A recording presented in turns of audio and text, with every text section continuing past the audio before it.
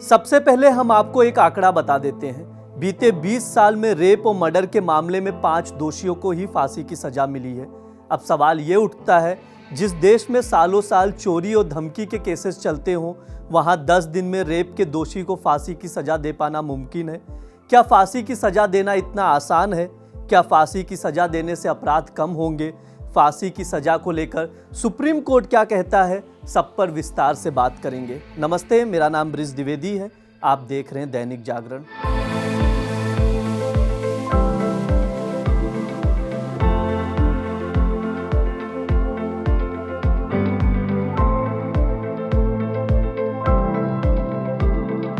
आपको बता दें, पश्चिम बंगाल विधानसभा में मंगलवार को एंटी रेप बिल पास हो गया।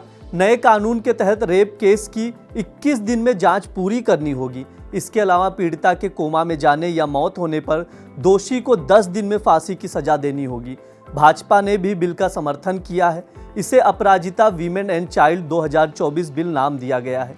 अब इसे राज्यपाल के पास भेजा जाएगा, उसके बाद राष्ट्रपति के पास जाएगा। दोनों जगह पास होने के बाद ये कानून बन जाएगा। कोलकाता के आर्जिकल मेडिकल कॉलेज और अस्पताल में 8-9 अगस्त को ट्रेनी डॉक्टर के साथ रेप मर्डर हुआ था। मामले में मुख्यमंत्री ममता बनर्जी की सरकार पर कई सवाल खड़े हुए थे। देश भर में इस रेप और मर्डर के आरोपियों के खिलाफ गुस्सा है। देश भर में डॉक्टरों और राजनीतिक दलों के प्रदर्शन के बाद ममता सरकार ने कहा था कि वो राज्य में रेप जैसे अपराध के लिए सख्त कानून बनाएंगी। इसी को ध्यान में रखते हुए ममता सरकार ने एंटी रेप बिल लाया है। आइए जानते हैं बिल में क्या क्या प्रावधान है। अपराजिता वीमेन एंड चाइल्ड बिल का मकसद रेप और यौन शोषण के मामलों में महिलाओं और बच्चों की सुरक्षा बढ़ाना है।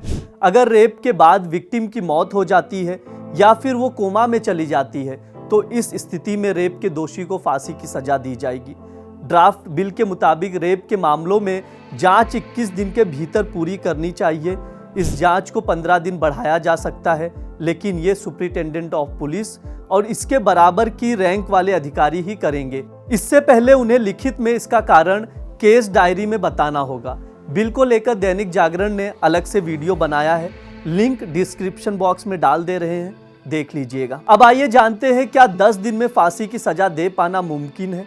जब भी कोई कानून बनता है तो सबसे पहले सवाल यही उठता है, ये कानून धरातल पर क्रियान्वित हो पाएगा या नहीं। हम ऐसा इसलिए कह रहे हैं क्योंकि कानून तो बन जाते हैं लेकिन धरातल पर नजर नहीं आते। खैर, पश्चिम बंगाल विधानसभा में एंटी रेप बिल पारित हो गया है। कहा जा रहा है कि इसमें रेप पीड़िता की मौत होने या कोमा में जाने की स्थिति पर रेपिस्ट को 10 दिनों में फांसी की सजा दी जाएगी। ऐसे मामलों की सुनवाई फास्ट ट्रैक कोर्ट में होगी। थोड़ा पीछे चलते हैं।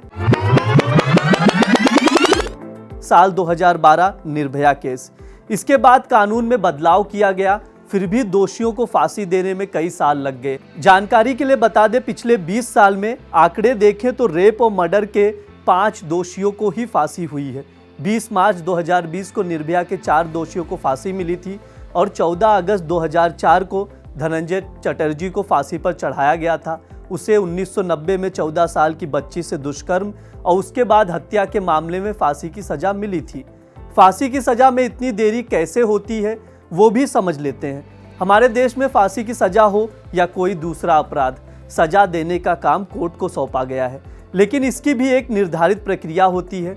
मान लो कोई रेप केस है, पुलिस FIR दर्ज करती है, फिर जांच करती है, सबूत इकट्ठा करती है, इसके बाद ये मामला कोर्ट पहुंचता है। अगर सेशन कोर्ट से फांसी की सजा मिलती है तो उस पर हाई कोर्ट की मोहर लगनी जरूरी है। हाई कोर्ट की मोहर लगने के बाद ही दोषी की फांसी की सजा मुकर्रर होती है। अगर हाई कोर्ट भी फांसी की सजा बरकरार रखता है तो दोषी के पास सुप्रीम कोर्ट जाने का विकल्प है। सुप्रीम कोर्ट से भी फांसी की सजा मिलने पर भी उसके खिलाफ रिव्यू पिटीशन और फिर क्यूरेटिव पिटीशन का विकल्प होता है।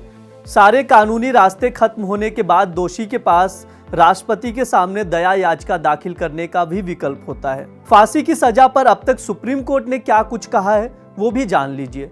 सुप्रीम कोर्ट ने कई फैसलों में कह चुका है कि मौत की सजा केवल रेयरेस्ट ऑफ रेयर केसेस में ही दी जानी चाहिए। उदाहरण से समझ लेते हैं। 1980 में बच्चन सिंह बनाम पंजाब सरकार मामले में फैसला देते हुए सुप्रीम कोर्ट ने माना था कि उम्र कैद नियम है, बल्कि सजाए मौत अपवाद है। 1983 में मच्छी सिंह बनाम पंजाब सरकार मामले में सुप्रीम कोर्ट ने कुछ ऐसी परिस्थितियां तय की थी जिनमें अदालतें दोषी को फांसी की सजा दे सकते हैं, जैसे नेचर ऑफ क्राइम, हत्या करने का तरीका, हत्या का मकसद। एक और उदाहरण देते हैं। साल 2009 केस था संतोष कुमार सतीश भूषण बरियार बनाम महाराष्ट्र सरकार। इस केस में सुप्रीम कोर्ट ने रेयरेस्ट ऑफ रेयर की व्याख्या की थी। कोर्ट ने साफ कहा था कि किसी भी दोषी को फांसी की सजा तब तक नहीं दी जानी चाहिए जब तक कि आजीवन कारावास का विकल्प ना बचे। इसका सीधा सा मतलब है कि फांसी की सजा देते वक्त कोर्ट को इन चीज़ों का ध्यान रखना होगा कि कोई मामला रेयरेस्ट ऑफ रेयर है या नहीं और आजीवन कारावास का विकल्प है या नहीं।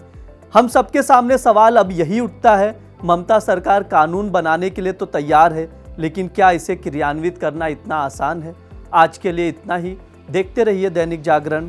शुक्रिया।